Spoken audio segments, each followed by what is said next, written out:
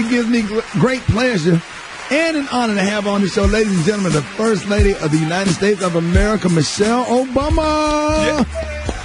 Rickey Smiley. Mrs. Michelle Obama. What's going on? How you doing? I'm good. How you doing? It's always turn-up time when you show up.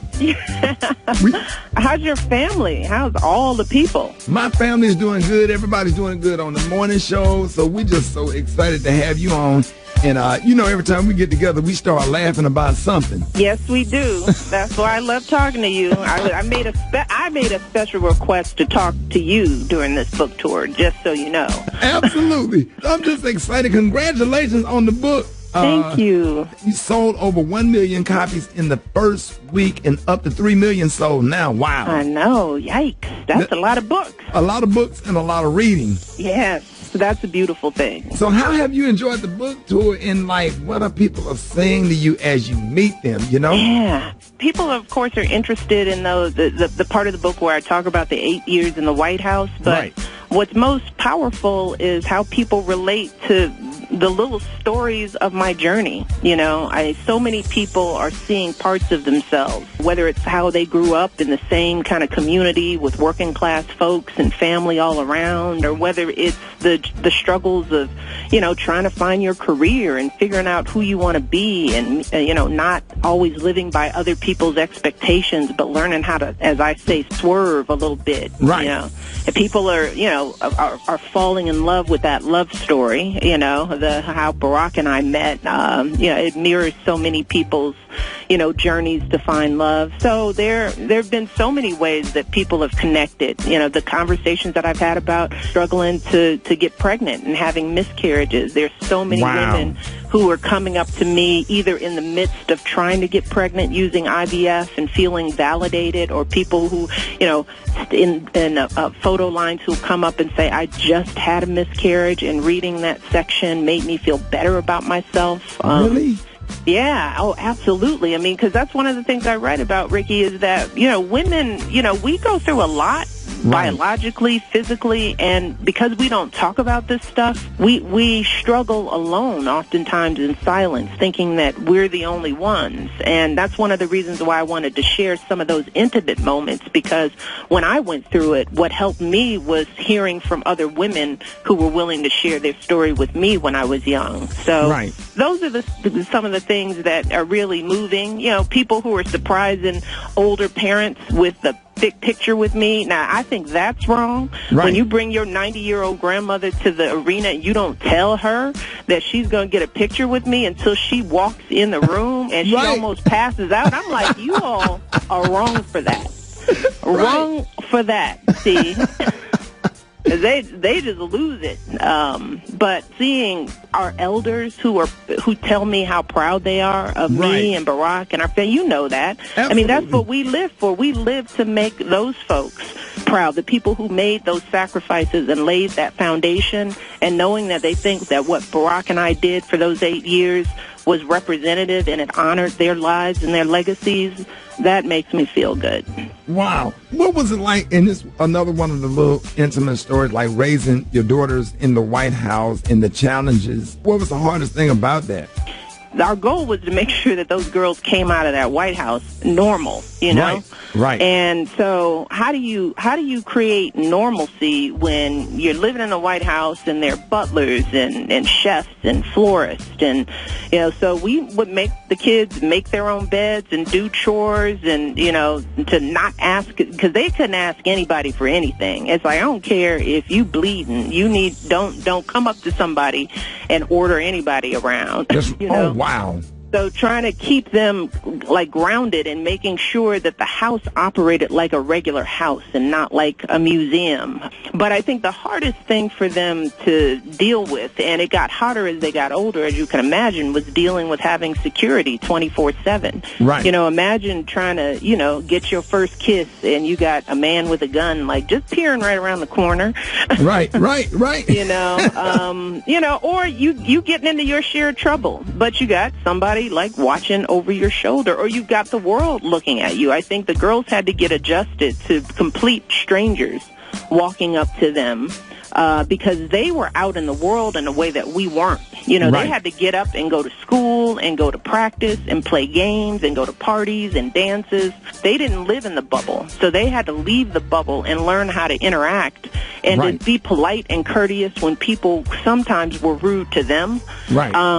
And they also had Grandma, and Grandma wasn't for complaining when your life was pretty good. She didn't let the girls sort of whine about much of anything. Right. It's like, you just get up and go on and do what you're supposed to do, because you were lucky little girls, and I don't want to hear about your little issues. Grandma like, baby, your daddy, the president of the United States. Sit down. Don't ask for nothing. Don't touch nothing. That's right.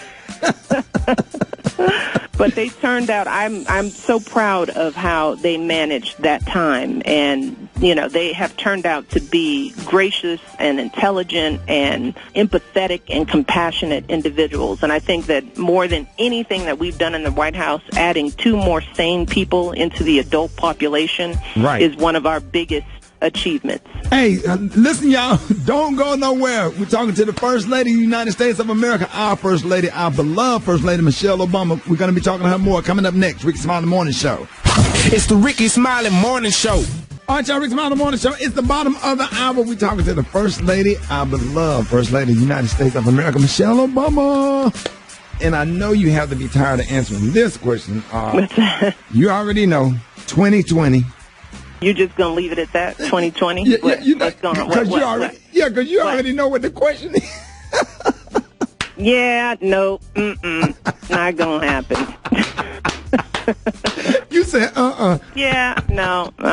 So here's the thing. There are many, many reasons why I won't run. But I think one of the things I want to emphasize is that I think that both Barack and I believe that we can be more impactful doing the work that we're doing with the foundation, which is training and preparing and supporting the next generation Right. of Barack and Michelle Obamas all over the world, because we can't keep looking to the same leaders. We've got to have a better bench. Right. You know, and young people won't go into this field if they don't know how. You know, Right. how do you start a campaign if you're interested and you're in your 20s or your 30s? How do you build a network? How do you make sure you structure a campaign where you follow the campaign finance laws and don't get into trouble? You know, you think of all the young people who have the spirit and the energy to do this job but have no idea because they're not networked and they're not the son or the daughter of someone who's been in there. We can't afford to leave those kids on the sideline just because they aren't networked. And that's how Barack and I want to invest our time going forward, building that next generation of not just political folks, but community activists, you know, training young people to think broadly about their role in the world outside of just making money for themselves. Right. So I think that's a better investment in the long run. So when you met President Obama, like Barack Obama at the time, did you have any idea y'all was going to make this kind of history? Oh, absolutely not. Barack was brilliant and interesting, but this was a man when I finally rode in the car he owned. I described it. It was a yellow Datsun. I don't know what year it was, but it was rusted to the point where the floor on the passenger side where I was sitting, you could see the street. And I was like, you can do better than this. You know, the car would shake violently before it. That was the first time I get in, because I was a practicing lawyer, so I had my sob. So I was like with him, we were dating, and I'm in his car. So I get in his ratty car, and it starts shaking, and I'm thinking, is this normal? He's like, nope. He's yelling over the shaking. It's like, it always does this until it warms up, and then it settles down. That was the man I met and married. I know about that hole in the floor where you can see the street. Yeah. And he took pride in that. He didn't want new stuff. He was more focused on how to make change than he was about how to make money and how to have power. But one thing about those cars, they heat up. The floor heat work. They do. Well, you need to heat up because the cold air is coming through the floor, you know? I mean, you got to have the heat blasted, you know, and that was when he was in law school in Boston, so it was cold. Right. So no, I didn't think I was marrying the President of the United States. I was just trying to get the brother to buy a new pair of shoes. It's just like you can have another pair of shoes, honey. You really can. You know, you can save the world and have shoes without holes in the bottom of them. I'm crying. See, I knew you wasn't gonna do right today. I knew it. I knew it. All right, you just announced extended tour day starting in February. You going to Cleveland March the 16th, Vancouver March the 21st, Fort Lauderdale May the 10th, May the 11th, Atlanta May the 12th, Nashville, also London, Toronto, Paris, Amsterdam, everywhere. We're going all over the place. Wow. But this is it. This is the last phase of the tour. We're hearing from people, it's like, why aren't you coming to Atlanta? So we thought, okay, we'll do one more round and touch some of the cities that we didn't get in the first round, and then that is that. Right. And then we get back to work, you know. So, yes, but the tour has been wonderful.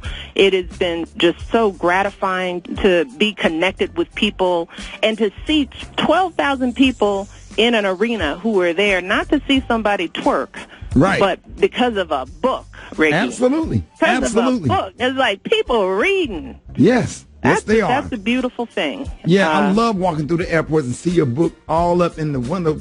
You could tell the managers in certain stores, they're so proud. Your book becomes the window. The window is filled, stacked all the way to the ceiling with your book facing the glass. It's like, yep, they are really, really proud.